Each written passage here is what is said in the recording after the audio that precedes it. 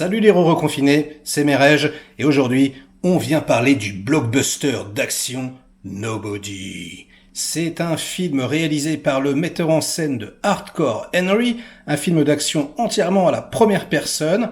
Ilya Naishuller, c'est écrit par Derek Kolstad, celui qui est derrière la trilogie John Wick, et dans les rôles principaux, on retrouve Bob Odenkirk, qui est devenu célèbre depuis sa participation à Breaking Bad, Connie Nielsen, qui joue sa femme, Christopher Lloyd, qui joue son père, il y a également Michael Ironside, Reza, bref, un casting 3 étoiles, et en termes d'action, eh bien ça envoie du très lourd, hein. Franchement, si vous aimez John Wick, vous aimerez Nobody, et avant de continuer et de développer un petit peu l'histoire, on va regarder tout de suite un petit extrait. There's a long dormant piece of me that so very badly wants out. What are you still doing here, old man? I'm gonna fuck you up.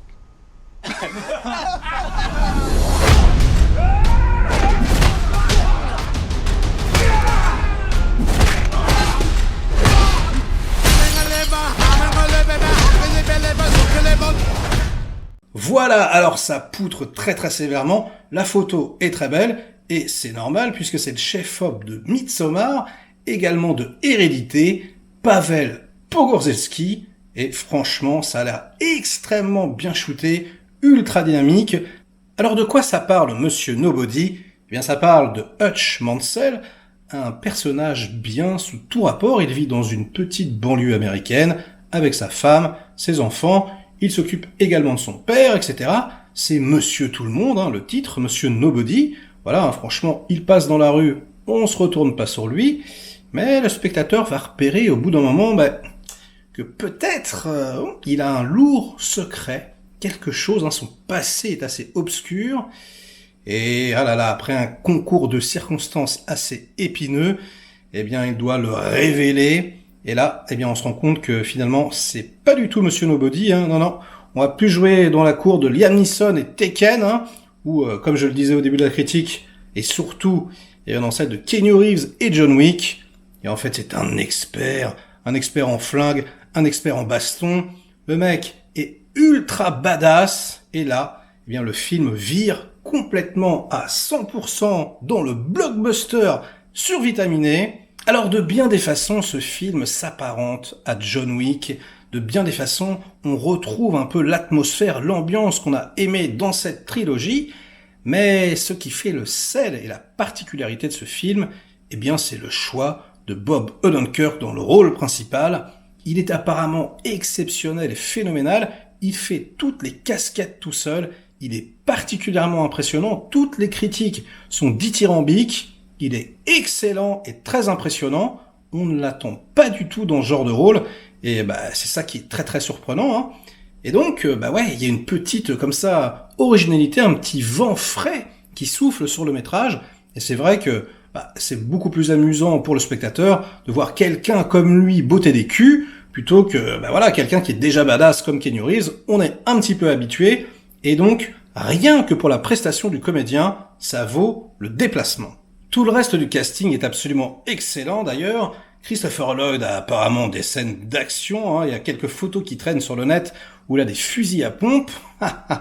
Reza aussi, il fait quelques cascades, et franchement il a l'air super badass, c'est pareil, hein.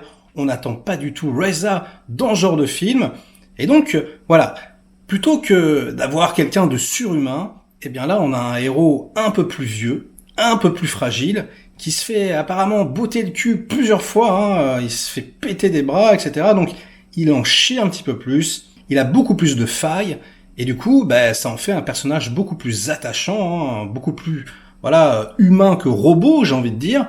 Et du coup, eh bien oui, ça apporte un vent frais, hein. On sent que le scénariste de John Wick, il répète toujours un peu la même recette, mais là, apparemment, ils ont réussi à faire quelque chose, de beaucoup plus fun, de beaucoup plus humain, comme je le disais, et j'ai vraiment hâte de voir le résultat. Alors néanmoins, le film n'est pas parfait, et on lui reproche particulièrement son scénario, qui, même s'il est sympathique, n'est pas exceptionnel.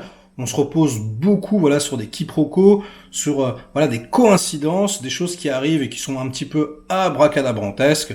Mais bon, j'ai envie de vous dire, pour ce genre de film, c'est assez monnaie courante.